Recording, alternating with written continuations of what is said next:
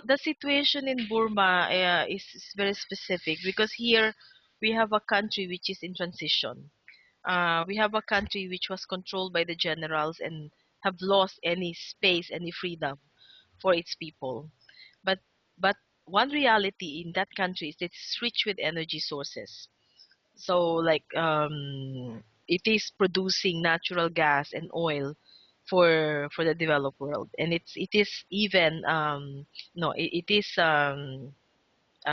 exporting oil to Thailand, to China, to the richer neighbor countries.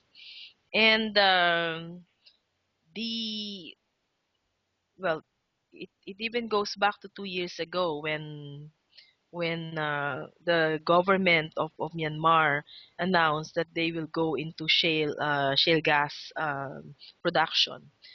Uh, First point, it is one of the dirtiest form of producing oil because it extracts huge rocks and so it's one of the most high emission and most damaging impact to the environment. And second, most of these investments, most of the development are targeting territories that are occupied or by ethnic minorities. And in Burma, that is still a huge problem. Despite the fact that there is a seeming democratization happening there, which is highly questionable for those people who are inside.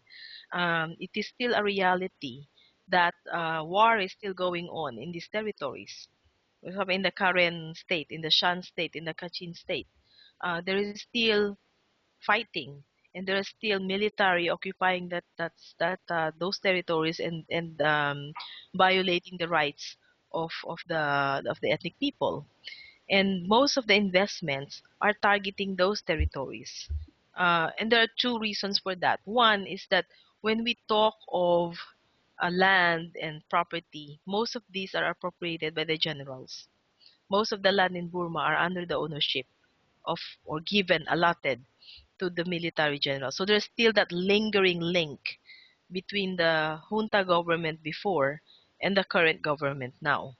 Although they went through election, most of the generals still control a lot of resources.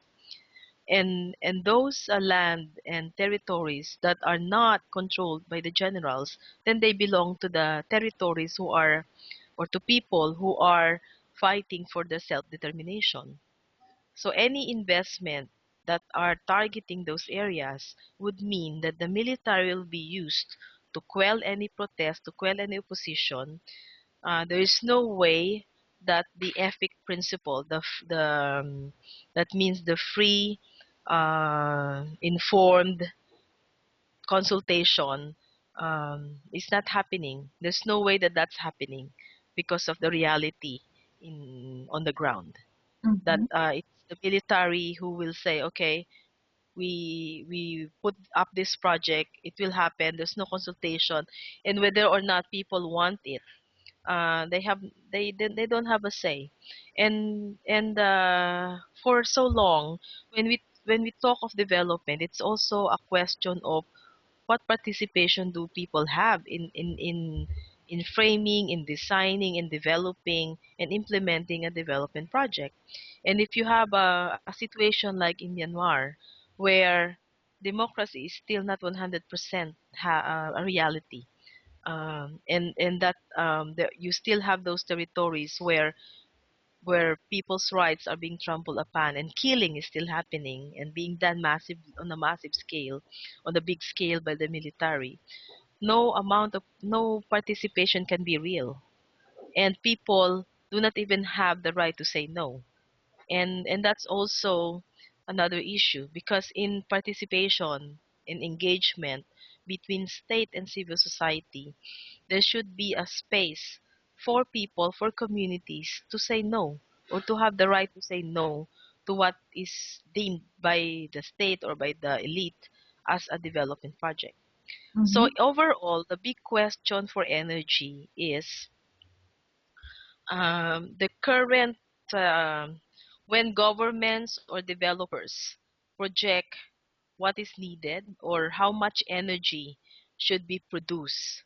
The general system is that they always over compute what is needed. Mhm. The concept of energy efficiency in planning uh, is not a reality yet. So that is why most of the time a lot of energy is being wasted, and a lot of energy will be produced not for not for appropriate uses.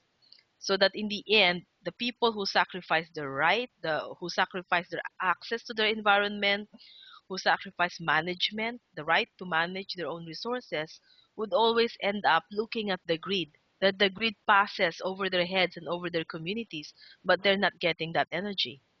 So the energy is being extracted from their communities and affects their livelihood, dirty their environment, and make their resources and their land useless in the end.